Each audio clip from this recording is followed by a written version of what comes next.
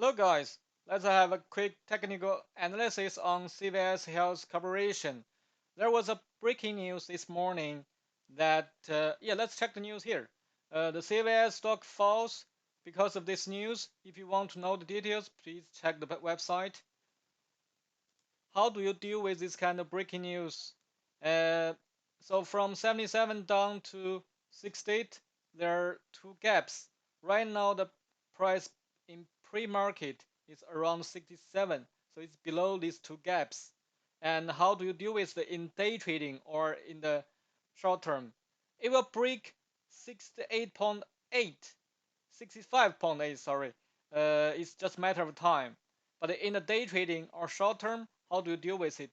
We have to check the lower time frame, which is 1 hour chart. In the 1 hour chart, if you use a tool called Fibonacci extension to measure what? To measure there is a trading platform, and this is the inflow, and this is the outflow.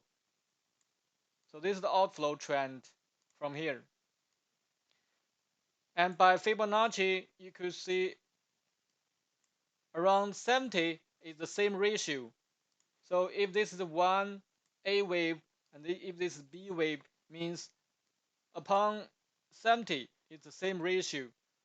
So but right now it's around 67 and very close to 1.6 to 1.8K supporting levels.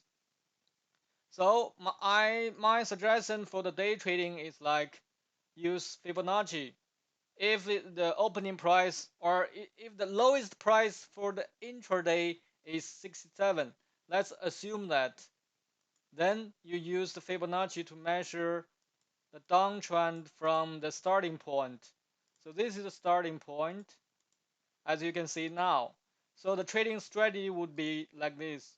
If there is a rebound to this level, around the 69 handles, or around 70, then short it around here.